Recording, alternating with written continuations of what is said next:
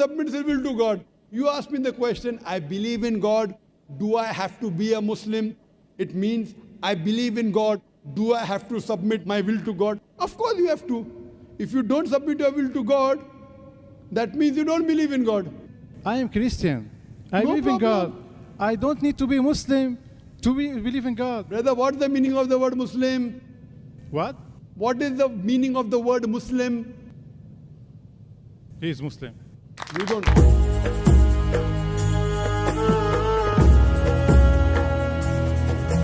Death is then imposed on you. So I go back to what happened on Easter Sunday in Sri Lanka and the attacks on various churches across Colombo, where 310 people were killed. I mean, what goes through your mind when you see this, I mean, some would say level of evil inflicted on man by man?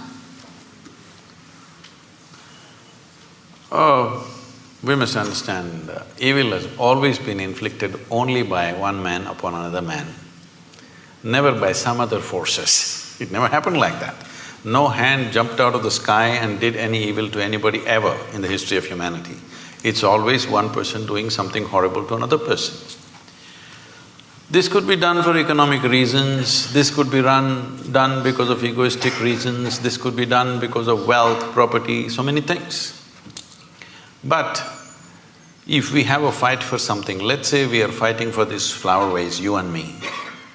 At some point if we fight enough, either some wisdom will arise in you or me and say, okay, you keep it, but I don't want this nonsense going on forever.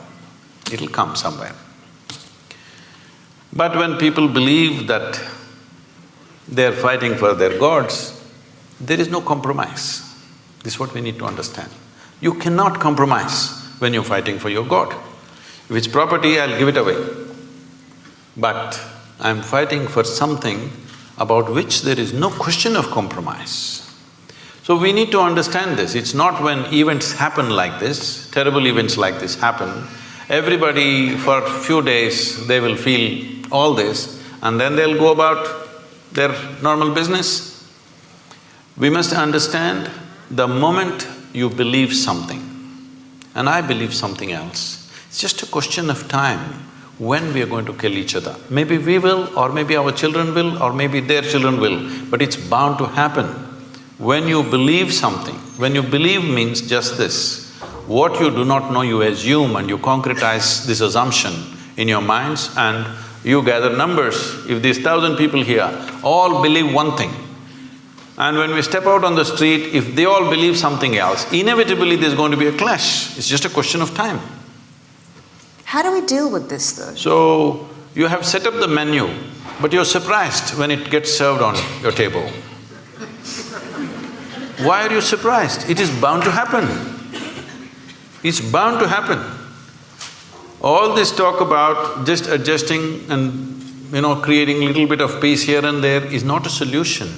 One fundamental thing that we should do in the next 25 years, if we are really concerned about the future of the world, because the day of the sword is over. Now it is a day of a deadly button which can do things that you can't imagine ever. Those kind of things it can do. Well, these deadly buttons are being spoken about on a regular basis these days in various places. So when this kind of capability is there, it's important in the next 25 years, we have to establish in the world, your religion is your personal pursuit, do whatever the hell you want.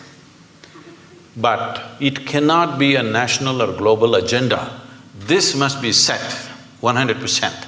If we don't do this, we are not looking at just a few churches exploding or somebody shooting in the mosque or something else. You could have nations exploding into bits. A large part of humanity can go into bits because that's the kind of empowerment we have in terms of technology. It's not like you'll take your sword and kill 100 people. You're going to just take away millions at a time. So when this kind of empowerment is there, these kind of rudimentary beliefs, when I say rudimentary belief, I'm just saying, you believe something that you don't know. Let's understand the word belief first of all.